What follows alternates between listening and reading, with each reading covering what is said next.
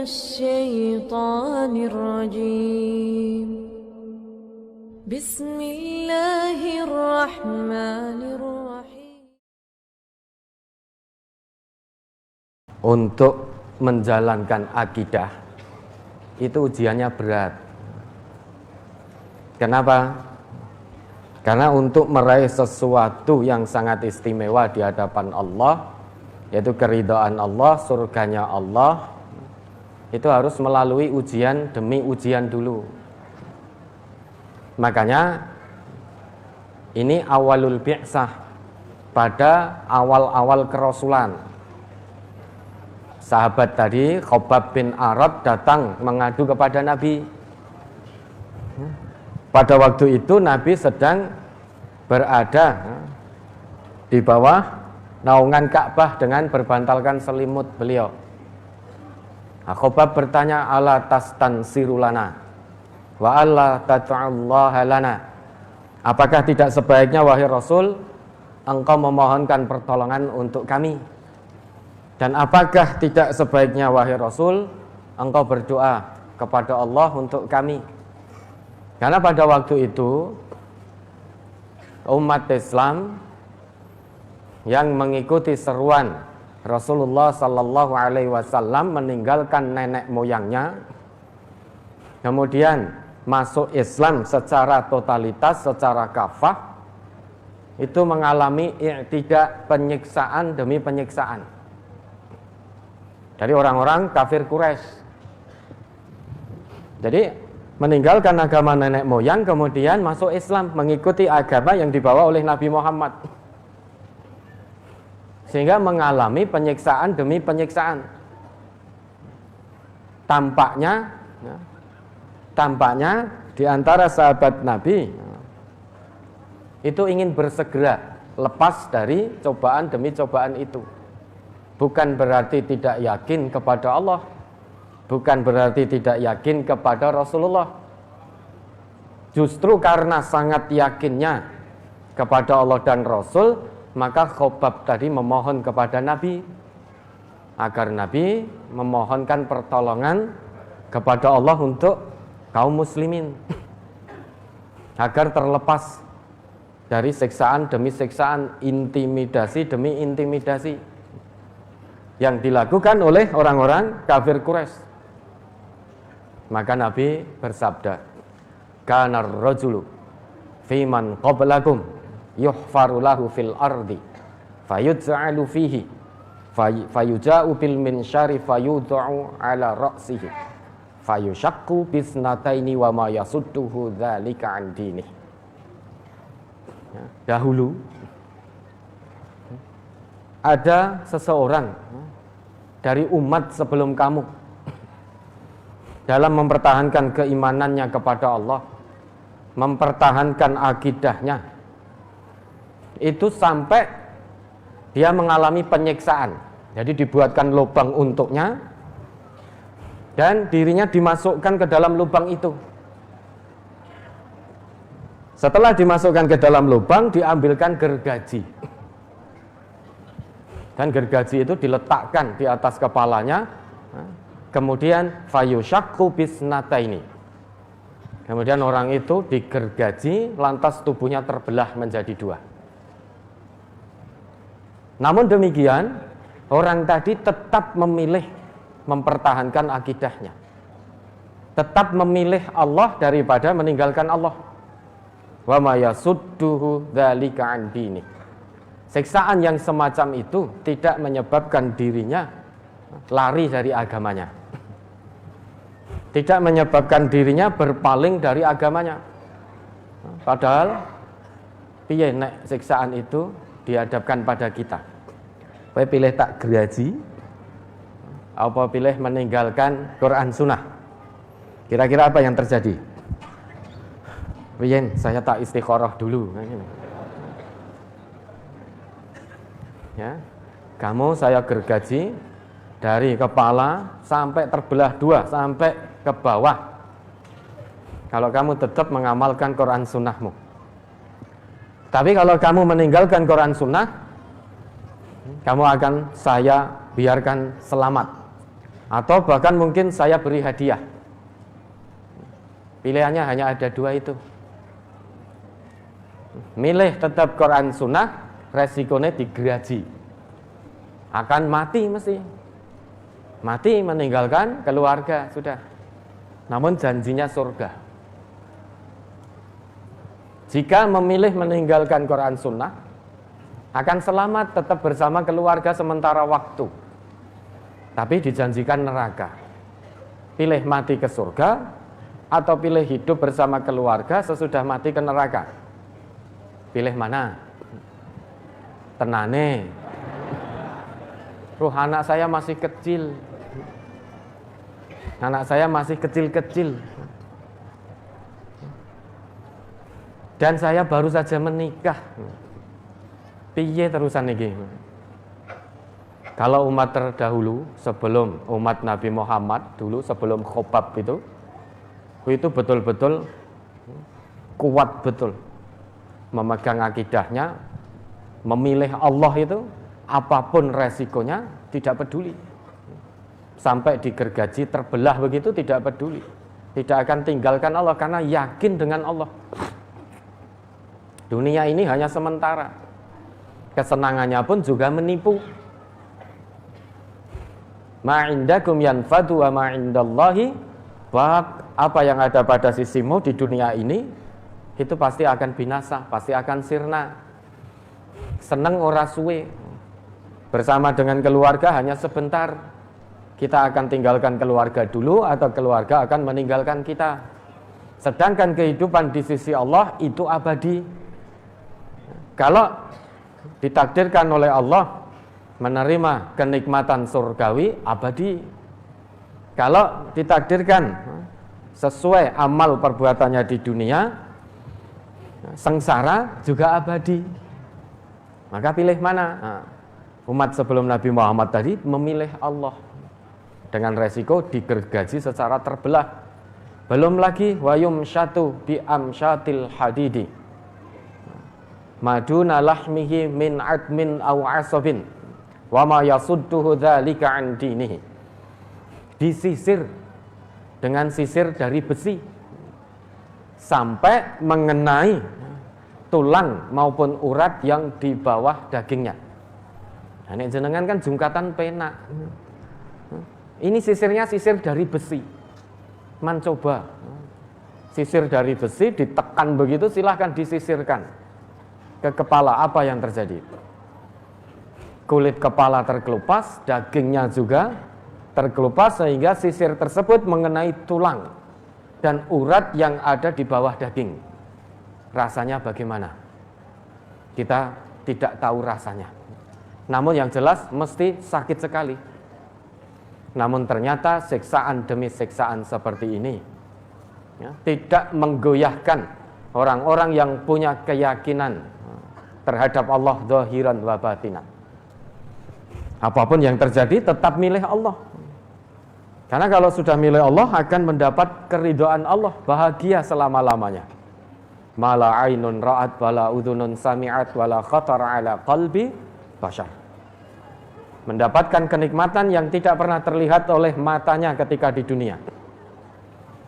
Mendapatkan kenikmatan yang tidak pernah terdengar oleh telinganya ketika di dunia.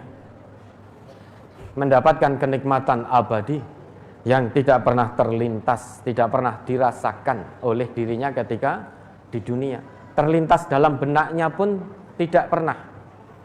Jadi kenikmatan dunia yang kita rasakan dari sejak lahir sampai hari ini, sampai nanti kita meninggalkan dunia ini, itu tidak sebanding dengan kenikmatan di sisi Allah, yaitu di surganya Allah.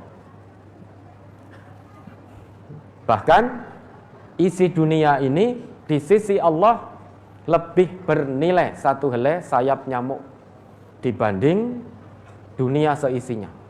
Ini Nabi yang ngendika, "Lau kanatid dunya ta'dilu 'indallahi janaha ba'udah ma saqa kafiran minha syarbata ma'in."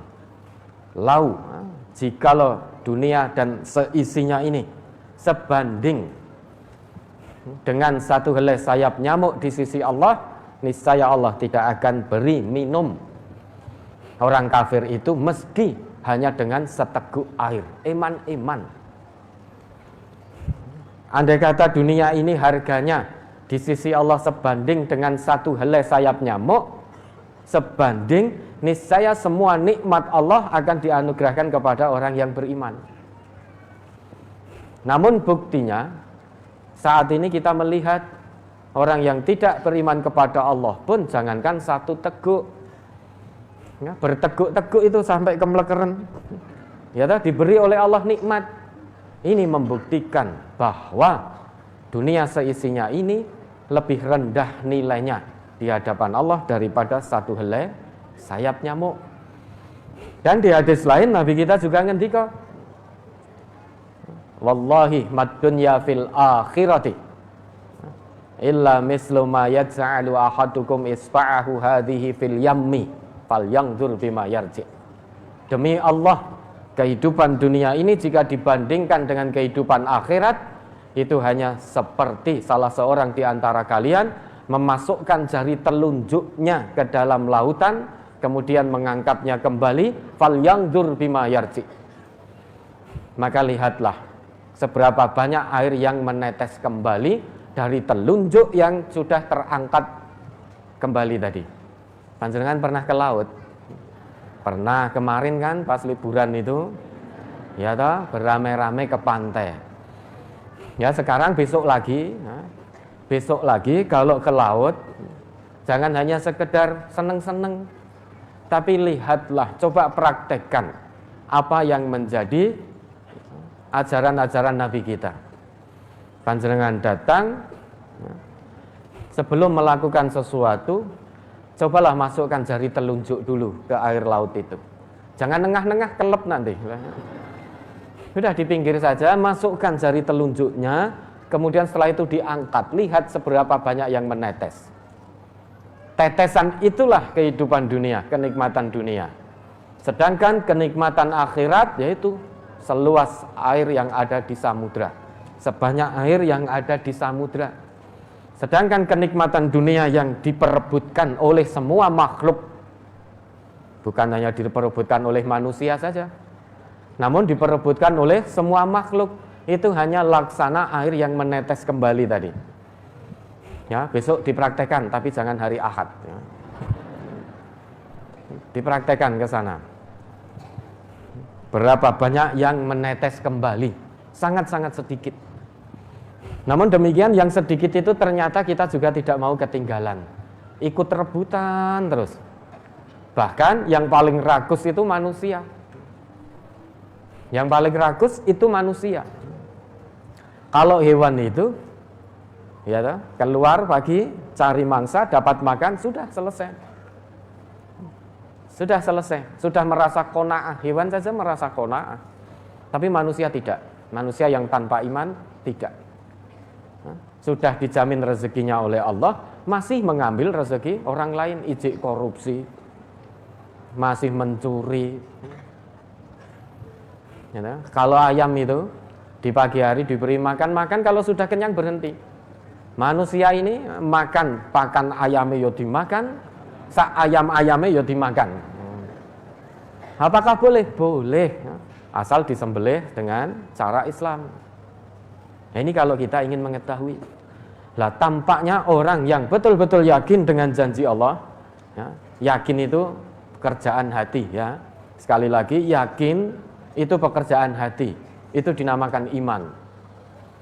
Yakin itu pekerjaan hati, maka dinamakan iman. Keyakinan itu kalau sudah tertanam kuat dalam hati, maka akan jadi komitmen. Komitmen dalam menjalani kehidupan ini, tunduk patuh kepada Allah.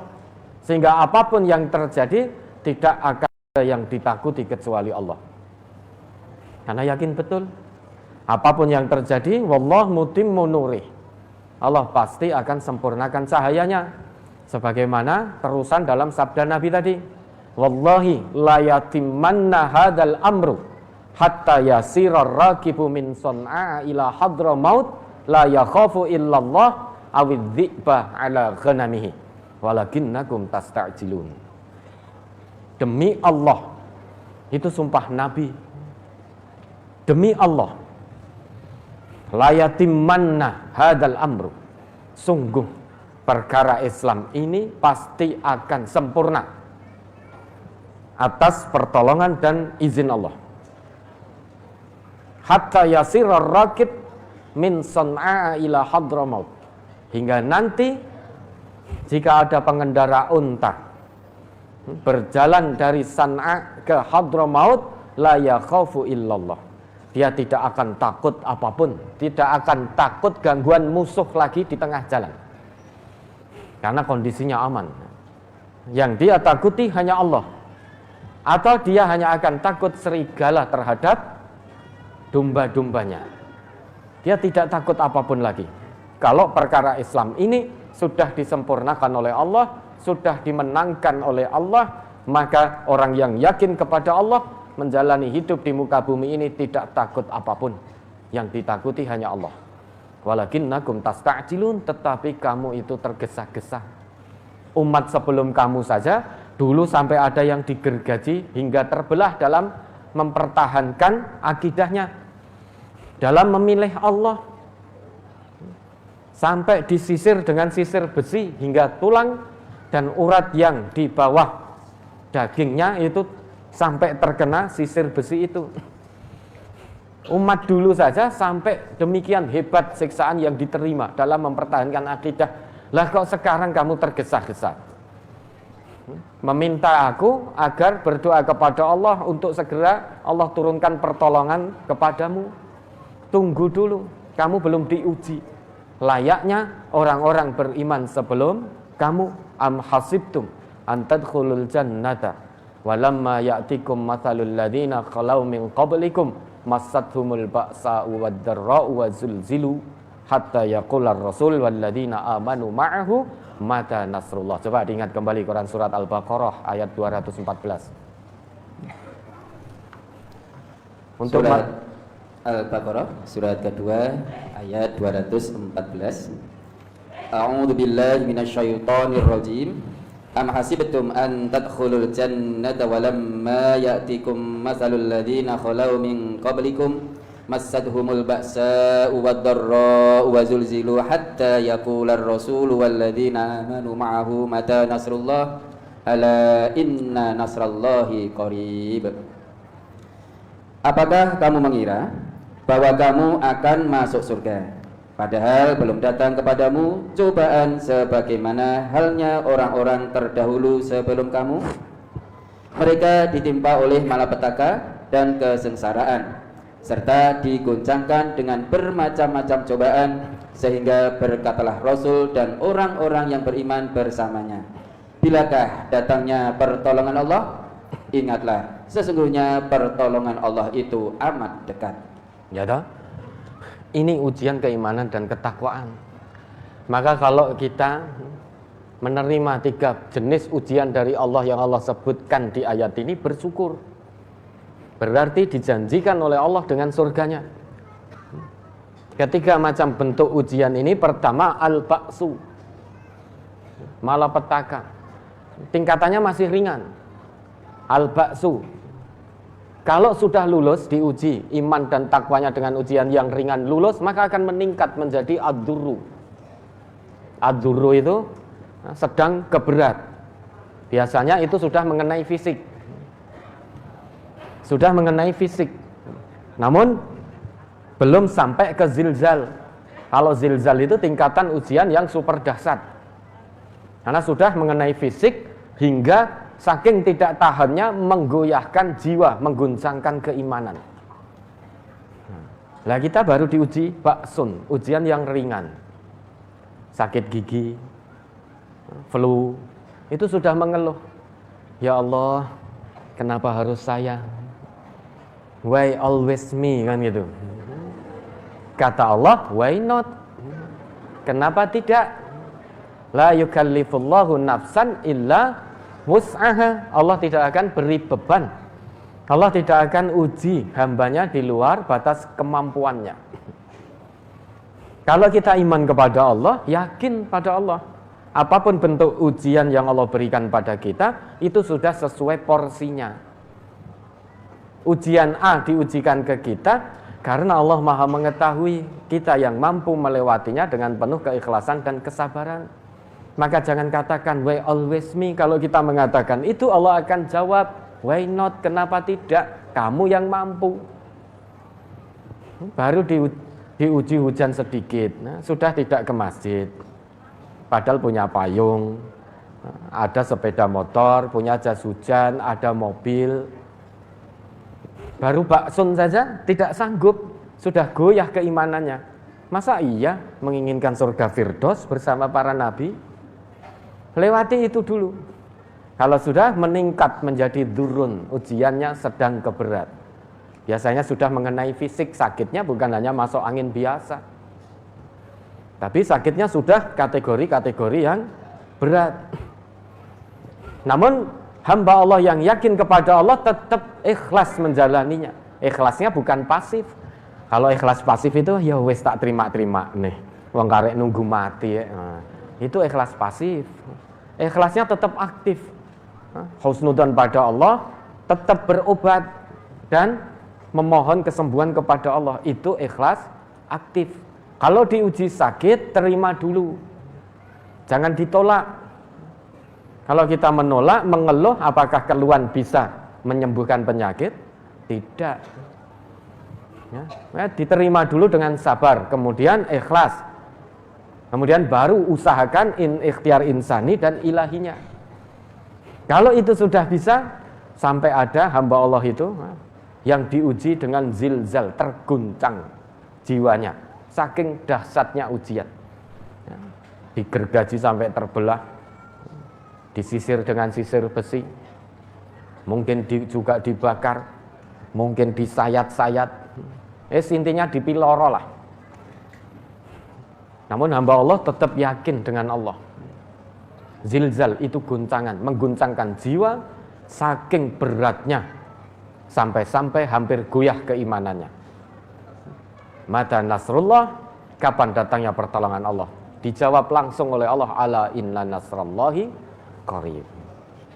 Lah inilah ujian keimanan dan ketakwaan hamba-hamba Allah yang istimewa. Jangan terburu-buru. Jangan terburu-buru lah. Alhamdulillah setelah agama ini disempurnakan oleh Allah, apalagi kita ditakdirkan oleh Allah hidup di negeri yang ramah ini ya. NKRI, Negara Kesatuan Republik Indonesia. Kita diberi kebebasan sebebas-bebasnya untuk mengamalkan agama kita, untuk ngaji tadabbur Al-Quran. Maka bersyukurlah. Bersyukurlah. Fabi ayyi ala'i rabbikuma tukadziban. Kalau kondisi aman tentram seperti saat ini itu tidak kita syukuri, kita malas tadabbur Quran, malas mengamalkan Quran dan Sunnah, bagaimana jika kondisinya tidak aman? Tiba-tiba jenengan dipaksa untuk meninggalkan Quran Sunnah, dipaksa tidak bisa ngaji. Kalau tetap menjalankan Quran Sunnah akan digergaji, akan disisir, pokoknya disakiti. Namun jika meninggalkan Quran Sunnah akan dibiarkan hidup. Nah, itu kondisi pilihan yang sulit. Kalau aman saja menjalankan agamanya hanya dengan ongkang-ongkang kaki tanpa mujahadah, apalagi kondisi tidak aman. Maka disyukuri nikmat Allah ini. Ya, ada lagi.